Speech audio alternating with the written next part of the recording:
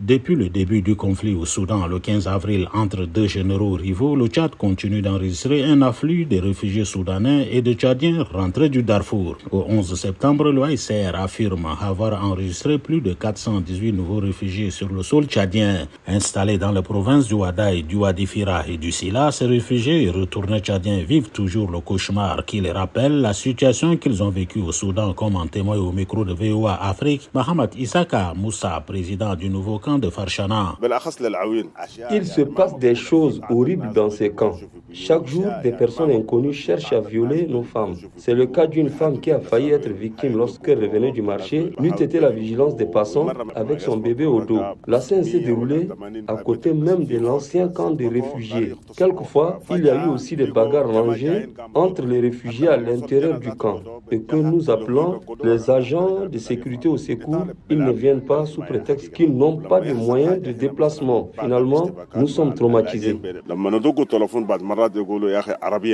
Madame Fatma Adam Mahamat, qui a perdu son mari et son beau-fils dans la guerre au Soudan, confirme les violences et exige des autorités tchadiennes plus de sécurité.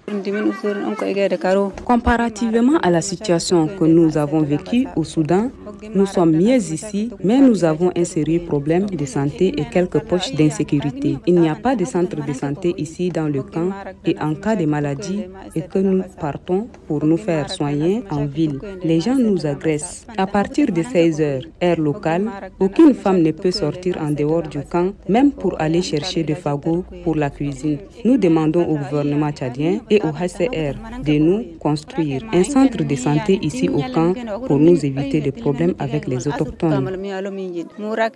Le représentant de la CNAR, la Commission nationale d'accueil, de réinsertion des réfugiés et des rapatriés, par ailleurs gestionnaire du nouveau camp de Farchana, Toki Alafouza, dit ne pas être au courant de l'agression sexuelle dont sont victimes les réfugiés. Avant qu'ils ne rentrent dans la frontière, il y avait des femmes qui étaient violées. Celles-là aussi, je crois qu'elles sont prises en compte par les services de IAS ou soit Oxfam pour le traitement, tout ça. Mais ici, nous avons ce qu'on appelle le détachement protection humanitaire. Beaucoup ils sont opérationnels dans les lieux où de nouveau les réfugiés viennent. Mais entre eux, peut-être il y a des chamans, ça c'est des petits trucs que les leaders eux-mêmes ils ont en train de traiter. Toutefois, Toki Alafouza, représentant de la CNAR, reconnaît que les agents de sécurité sont en sous-effectif et plaide pour que les dispositifs sécuritaires soient renforcés. Nous avons besoin de compléments des agents de sécurité parce qu'ils sont en moins effectifs. C'est vrai, il y a des forces autres qu'ils ont amenées, mais les missions opérationnelles sont devenues trop pour les escortes. Donc on ne trouve pas parfois des véhicules qui sont sur